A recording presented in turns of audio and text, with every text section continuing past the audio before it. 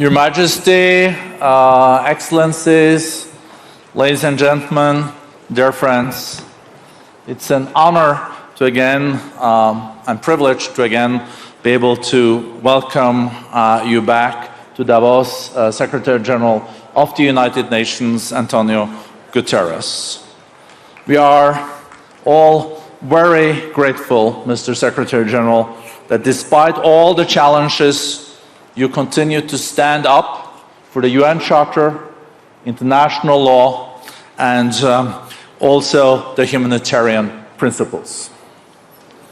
We are also very much looking forward to your summit of the future in September, and you can count on us also for our full support. We know that these are very challenging times. We are having this annual meeting against the most complicated geopolitical backdrop in decades. And we also know that we're lagging behind when it comes to reaching the Sustainable Development Goals by 2030. Mr. Secretary General, at the beginning of this year, I invite you to share with us again your assessment of the state of the world. Please welcome the Secretary General of the United Nations, Antonio Guterres.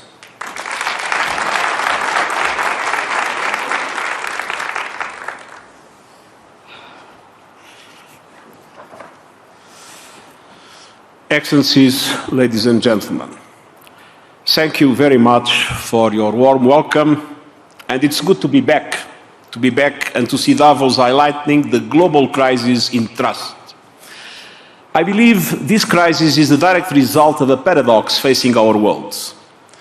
In the face of the serious, even existential threats posed by runaway climate chaos and the runaway development of artificial intelligence without guardrails, we seem powerless.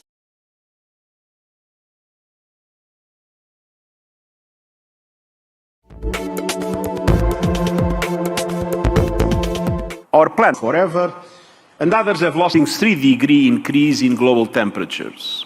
Droughts, storms, fires, and floods are pummeling countries. 2023 went down as the hottest year. Before traveling to the United Nations climate talks in COP28 in Dubai, I saw for myself the dramatic receding of Himalayan glaciers and the accelerated melting of the ice sheet in Antarctica. And here in Switzerland, glaciers are disappearing before our eyes. Some are gone forever, and others have lost 10% of their volume in just the past 2 years. Such rapid changes should disturb us all. 2023 went down as the hottest year on record, but it could be one of the coolest years on the future. The media has recently reported that the US fossil fuel industry has launched yet another multi-billion-dollar campaign to kneecap progress and keep the oil and gas flowing indefinitely. Let me be very clear again. The phase-out of fossil fuels is essential and inevitable. No amount of spin or scare tactics will change that.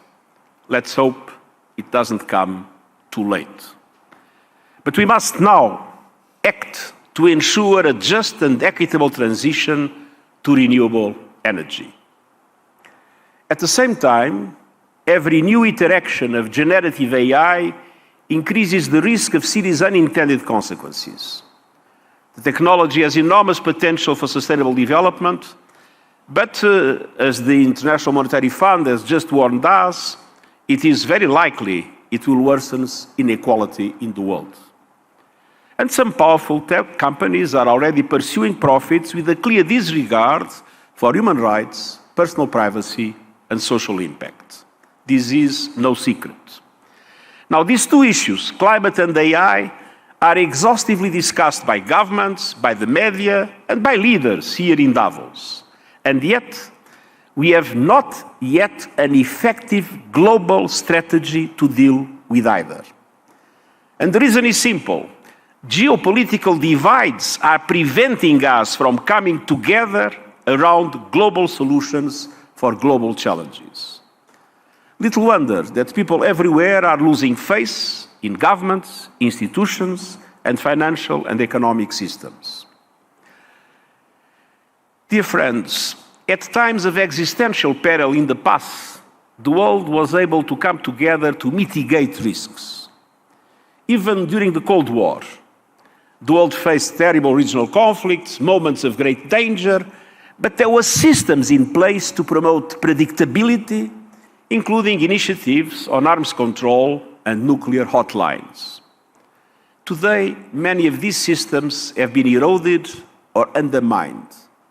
Instead of nuclear disarmament, there is talk of nuclear rearmament. And states are spending billions making their nuclear arsenals faster, stealthier, and more accurate. The Cold War, an era of two superpowers, was followed by a brief period of unipolarity. But now, some analysts predict we are moving into a totally chaotic situation in which geopolitical divides at all levels prevent any global response to global threats. But I strongly believe it is possible to prevent this disastrous scenario. I am confident we can build a new multipolar global order with new opportunities for leadership and with balance and justice in international relations. But multipolarity creates complexity. Left to itself, it could deepen fault lines between North and South, East and West, developed and developing economies, within the G20, and between the G20 and everyone else. And the only way to manage this complexity and avoid a slide into chaos is through a reformed, inclusive, networked multilateralism. Now, this requires strong multilateral institutions and frameworks and effective mechanisms of global governance. Without them, further fragmentation is inevitable and the consequences are clear. We see an epidemic of impunity around the world. We see some countries doing whatever it takes to further their own interests at all costs, from Russia's invasion of Ukraine to Sudan, more recently Gaza. Parties to conflict are ignoring international law, trampling on the Geneva Conventions, and even violating the United Nations Charter. The world is standing by as civilians, mostly women and children, are killed, maimed, bombarded, forced from their homes, and denied access to humanitarian aid. I repeat my call for an immediate humanitarian ceasefire in Gaza and a process that leads to sustained peace for Israelis and Palestinians based on a two-state solution. That is the only way to stem the suffering and prevent a spillover that could send the entire region up in flames. And I also call for a just peace in Ukraine, a peace in accordance with the United Nations Charter, a peace in accordance with international law. Dear friends, geopolitical divisions are a major risk factor affecting our faltering global economy. Political instability is adding to economic insecurity. Meanwhile, inequality and injustice are reaching obscene levels, a serious obstacle to sustainable development. Oxfam reports that the world's 5 richest men, and they are men, have more than doubled their fortune since 2020 at a rate of $14 million per hour. At the same time, more than half the world, nearly 5 billion people, have become poorer. The World Bank warns we are heading towards the worst half-decade for growth in 30 years. And many of the some countries battered by climate chaos are in a financial shock hold. More than half the world's poorest 75 countries face debt distress. Their interest payments have quadrupled in recent years. After decades of reductions in poverty and hunger, progress has slowed and in some countries gone into reverse. And this is fueling resentment and anger. Dear friends, when global norms collapse, so does trust. And I'm personally shocked by the systematic undermining of principles and standards we used to take for granted. I'm outraged that so many countries and companies are pursuing their own narrow interests without any consideration for our shared future or our common goals. And I'm certain that unless we take action, we can expect much, much worse. So let's be clear, rebuilding trust is not a slogan or a PR campaign. It requires deep reforms to global governance to manage geopolitical tensions during a new era of multipolarity. And it is essential to building a safer, more stable and prosperous world. So, dear friends, the institutions and frameworks of global governance, from the Security Council to the Bretton Woods system, were created 80 years ago. We can't build a future for our grandchildren with a system built for our grandparents. The United Nations is fully engaged this year in efforts to bring them up to date, rooted in equality and solidarity based on the UN Charter and international law. In September, we will host a summit of the future focused on solutions. And the summit will consider essential reforms to the global financial architecture to make it responsive to today's challenges and representative of today's world. Countries in the global south, they were under colonial rule when the system was created, and so they have today a minimal weight. Reforms to the Security Council and the proposed new agenda for peace would also help to prevent and resolve conflict, rebalance geopolitical relations, and give developing countries a proportionate voice on the global stage. And the Global Digital Compact can turbocharge the SDGs and help to close the digital connectivity gap, share data, and build digital public goods. The private sector is in the lead on AI expertise and resources. And you need the private sector's full engagement in our multi-stakeholder effort to develop a governance model that is networked and adaptive. I believe the UN should play a central convening role. The advisory board I created on artificial intelligence has already made preliminary recommendations on AI governance that tap the benefits of this incredible new technology while mitigating its risks. And we need governments urgently to work with tech companies on risk management frameworks for current AI development and on monitoring and mitigating future harms. And we need systematic effort to increase access to AI so that developing economies can benefit from its enormous potential. We need to bridge the digital divide instead of deepening it. Rebuilding trust will not happen overnight, but I'm convinced that it is both essential and possible. And I urge everybody, I urge you to influence, to prevent further damage, and to get our world back on track to safety, to prosperity, and peace. And I thank you.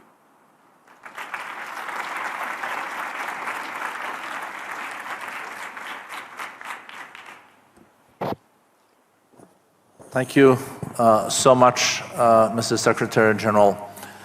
And thank you for also underlining the importance of rebuilding trust. In many ways, we are in a geopolitical recession, but not yet in a geopolitical depression. There are fine lines there, though. But you also underlined that you still think there is possibilities when it comes to rebuilding trust. And if you look at it as a glass half full and not half empty, there have been some areas that even in this polarized world, there has been possibilities for collaboration. I think COP28 was one. Is there, for example, opportunities to establish some traffic rules around AI? You have now a big advisory panel on this, and you have the future of our planet, the Future Summit coming up in September. So looking at this, where are the areas you still think short-term, medium-term, there is a possibility for collaboration even in this polarized world? Well, first of all, we are in a particularly difficult moment of geopolitical divide when looking to peace and security. I would say before the COVID, we had divides among the P5, but those divides were not a threat to global peace and security. They would make it difficult to solve crises here and there in different parts of the world. With the Russian invasion of Ukraine and with the present situation in the Middle East, the P5 are deeply involved in situations that really correspond to serious risks to global peace and security. And this is an area where I do not see much easy progress before we solve these two problems. And in my opinion, we must solve the Ukraine-Russia problem with full respect to the UN Charter and to international law. And in my opinion, we need to solve the Israeli-Palestinian question with the possibility to take this problem and make it an opportunity for the two-state solution to be finally something credible and something that can mobilize the two communities to live together in peace and security. So I'm not optimistic about immediate impacts on peace and security, but I think that a lot can be done on the economy, a lot can be done on climate, and a lot can be done on technology. But for that to be possible, I believe we need a very serious negotiation between developed countries and the emerging economies. Some people say it's between the US and China. I think that is too simplistic.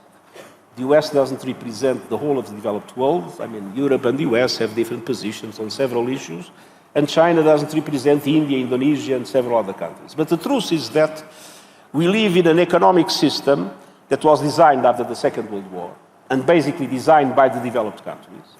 And we see the emerging economies with a bigger and bigger weight in the global economy, but not a similar weight in the institutions that rule the global economy. So there is an area of reform in which this discussion is essential, and there is a serious negotiation on trade, on climate, and on technology that these two blocks need to be able to establish. The UN is a platform for that. The G20 is another platform for that. There was some progress in the last G20 on some aspects of reform of multilateral development banks, but we need to go much further. And we need to use the G20 and we need to use the Summit of the Future to look more seriously into how, in these aspects, global economic governance, technology, and especially AI, and climate, the emerging economies and the developed countries that still have in many aspects contradictory interests can effectively come together in compromise, and we will be supporting it as much as we can. And the other area that is essential is, I mean, yesterday Rebecca Greenspan in another meeting was saying that we have the rich, the big, and the rest of the world. We need to create the level of reforms and the level of mechanisms to support those countries, and they are the majority of the developing countries, normally of smaller dimension, that are drowning in debt, that have no chance to recover from the COVID and from the impacts of the invasion of Ukraine, inflation to prices, high interest rates, that are in a very dramatic situation, unable to implement the Sustainable Development Goals. And there, I think, a lot needs to be done. Some progress was made in the G20, as there was progress in relation to climate in the COP, but a lot needs to be done in order to allow our international financial system to be able to multiply the resources available for those countries, and at the same time to support the improvements of governance, the capacity for those countries to define strategies and projects that are bankable and that allow them to overcome the present difficulties. So I think we need a serious negotiation between developed countries and emerging economies, and we need a serious set of reforms to allow for the international system to give a chance for those developing countries that are excluded, basically, from the progress of the global economy to be able to catch up. Thank you. You said in your speech that I'm personally shocked by the systematic undermining of principles and standards we used to take for granted. I guess you're also then referring to the period that we call the post-Cold War period, where countries mainly were sticking to these principles. That period is now past. We are between orders. We had that order, and we are embarking into a new order. How to avoid that the new order is like the jungle growing back? How are you worried about that, or are you convinced that the principles of reforms of the multilateral system and that we build a more inclusive order, also build on the main principles, UN Charter and international law, is possible. You said, if I remember right in your speech to the General Assembly in September, you said something to the effect that multipolarity is fine, but multipolarity without multilateralism and international law is not a good idea, and we tried that in Europe 150 years ago. So we are no longer in the bipolar world, and we are no longer in the unipolar world. I lived both. Bipolar when I was a young politician, the unipolar world when I was Prime Minister. So I lived in the very center of the events. This is no longer the case. But the question is, it's not yet clear what kind of world will it be. I do believe multipolarity is a positive thing. To have a world in which you have the United States, you have the European Union, you have Japan, you have China, you have India, you have Brazil, you have the African Union. I mean, this is something that, in my opinion, creates the conditions for equilibrium and for opportunities for all. But it is also true that when multipolarity is not accompanied by multilateral governance mechanisms, the contradictions within a multipolar world multiply the chances of conflict. And that is the risk we are facing at the present moment. And there is one thing that is very interesting. I mean, with the lack of influence that the P5 members, the permanent members of the Security Council, that today have much less influence, with the exception of the Russian invasion of Ukraine, that was a direct intervention of one of them.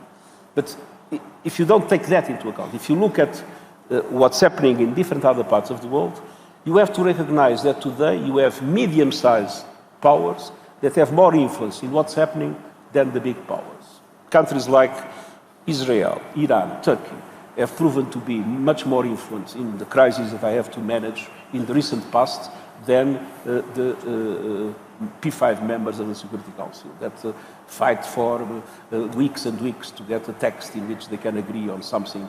But in the end, the influence on the reality in the ground is much smaller than the influence of those mid-sized powers. And this is creating an environment of a certain impunity, an environment in which everybody thinks they can do whatever they want. And this is the problem of the principles that are forgotten. I mean, the Charter must be respected. International law must be respected. And today there is total impunity in relation to violations of the Charter, to violations of international law. The norms that are necessary to regulate economic systems must be respected. And today we see a trend to forget about those norms or to put them into question. And I think that an essential component of building trust is exactly to make sure that with the reforms that are needed for the institutions to be truly representative, which is not yet the case, those reforms, but at the same time make sure that you create the instruments of accountability for law to be respected, the Charter to be respected, norms to be respected, predictability to exist in international relations. I think that deserves... It's not going to be easy. No, but I think it deserves an applause. You said, Mr. Secretary General, that international law has to be the basis for peace in Ukraine. And you also said that to really move forward on peace and reconciliation, one has to solve Ukraine and then Gaza. Those impulses have to be broken. But let's deal with Ukraine first. Is there any chance that international law and respect for territorial integrity will be applied anytime soon in Ukraine? And you visited Kiev and you visited also Moscow, and you see how difficult this is. If we start to accept that the territorial integrity of countries is expendable, we will create chaos in the world. There are so many countries around the world that have potential revendications about territory of other countries. There are so many situations where minorities can at a certain moment claim that they should belong to another country. it's absolutely essential that the principle of the territorial integrity of states is respected. Of course, we know that states are not perfect. History has been what it has been. It took centuries in Europe to create the borders that we have now. But I think those that led the African emergence were wise when they said that it was essential to respect the borders, even if the borders had been drawn by colonialism, even those borders were not corresponding to the reality of the societies as they were. But the moment that we start thinking that we can change, redesign, we are in deep trouble. So I think that to reaffirm the principle of territorial integrity of Ukraine and of any other country is essential. This is not going to be easy. No, the situation is difficult. It is. But principles are something we need to preserve in all situations. I know you're speaking at another event in 5 minutes, but I also mentioned Gaza. You mentioned also a two-state solution. Is there, based on the humanitarian catastrophe we're seeing unfolding now in Gaza, do you possibly see some new momentum coming out of this for a two-state solution? Also in a regional context. We know there is an Arab peace plan that also will guarantee recognition of Israel from all the Arab states and their security, but here I think there is a lot of obstacles also down the road. Well, let's be clear. We have a part of the world, we have with a few million of Israelis and a few million of Palestinians. They cannot liquidate each other. They need to be able to live together in their territory. And I think that the progressive relaxation of the interest of the international community led to a situation in which hope started to be lost. What has happened was horrible. Horrible, first of all, the barbaric attacks of Hamas, horrible what's happening now in Gaza, but this shows that something drastic needs to be done to make sure that these two communities can live together, and the only way for these two communities to live together in peace and security is if each one of them has a state. So I believe that the present situation has demonstrated that the two-state solution is an absolutely essential way to solve this problem and an absolutely essential way to preserve a minimum of peace and stability in the region. The spillover that is already taking place, the risk of a full-fledged confrontation in Lebanon, it would be a total disaster. We need to avoid it at all costs. What we are seeing in the Red Sea, all this demonstrates that it's not enough. It's very important to address the humanitarian situation in Gaza. It's very important to have a humanitarian ceasefire as we defend. It's very important to release the hostages. It's very important to solve all these problems.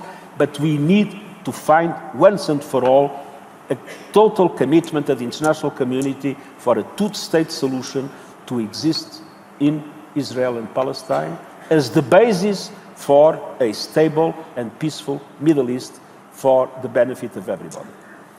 Big thank you to the Secretary General. Thank you for joining us again. Thank you for your speech, and thank you for, I think, of course I'm biased, but for this incredibly interesting discussion, conversation with you. Thank you Very much.